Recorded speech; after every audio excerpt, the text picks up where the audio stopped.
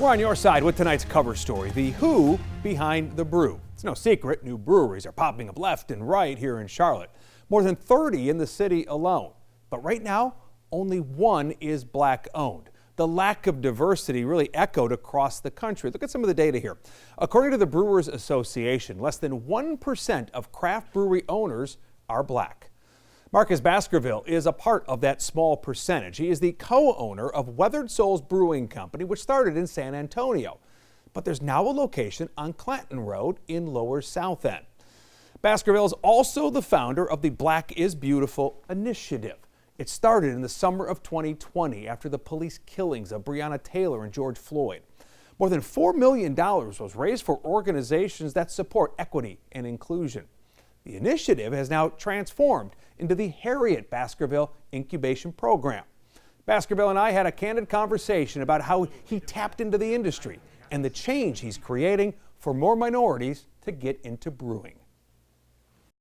Why do you think there's been this shortage, of people of color getting involved? So you go back to the craft beer boom in the 1980s. How likely would it have been for me to go into a bank and say, hey, I need $250,000 to open a brewery? They would have laughed me out of the bank. But then you look at the marketing situations as well. Beer has never been something that's been marketed towards the black community, minorities, that type of stuff, even though beer is very much part of our history. But even going back into how beer was created and different things like that, it goes back into African culture.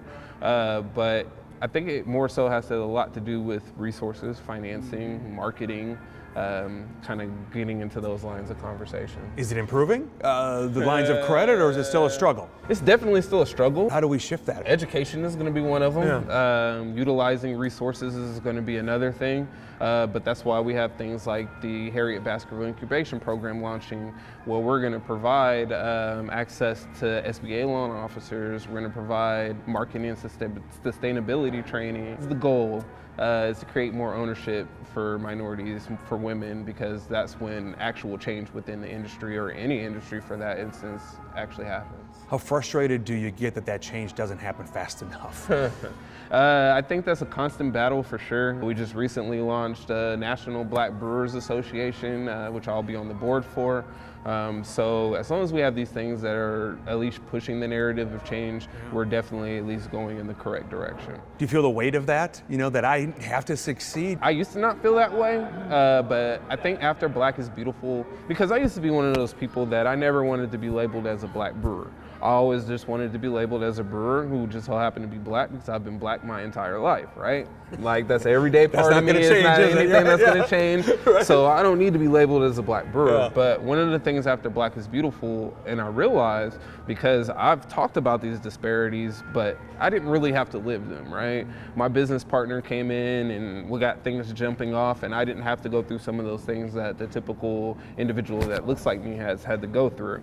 But I've realized that at this point, it's important for me to have that black in front of my title, because here I am able to provide resources, able to provide certain situations for individuals that not everybody can do. So give us a little look around here. Yeah. So tap room space, obviously. Yeah. We have about 20 beers currently on tap. We also have a cocktail lounge for you to get certain cocktails up here as well. Draft cocktails are going to be happening soon. Obviously the brew floor. Our brew floor was made by Deutsche, which is actually around the corner. Yeah. So local company, 10-barrel system. We have space for about 60 barrels worth of beer currently. Okay. So once we start running the incubation program, individuals will be able to come here, start honing in their skills, work on some recipes and that type of fun stuff. You touched on this. So now the Harriet Baskerville Incubation Program. Tell me more about that and what that's all about. Yeah, so obviously with the Baskerville name, it's in the namesake. It's actually named after my grandma. So found out a couple of years ago, my grandma used to brew during Prohibition. Her father, grandfather, so it runs deep into our blood. And so I thought it was one of those instances of full circle, right? And so that's why we named the incubation program after her. But what this incubation program is going to do is talk about going back into that ownership, creativity. It's going to provide more black owners, provide more women owners within this industry, and that's what's actually going to make physical change, right? You can always have all the foot soldiers owners, all of the brewers, all of the tap room employees that you want, but the real changes occurs for that ownership. Are you getting support from city leaders on this sort of stuff? So we have reached out to a couple of city leaders. We've been working with the Charlotte Hornets.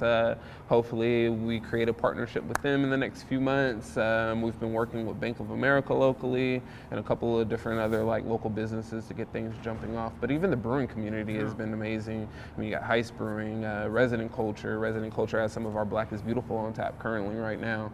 But just the support of everybody that wants to make sure that this is successful.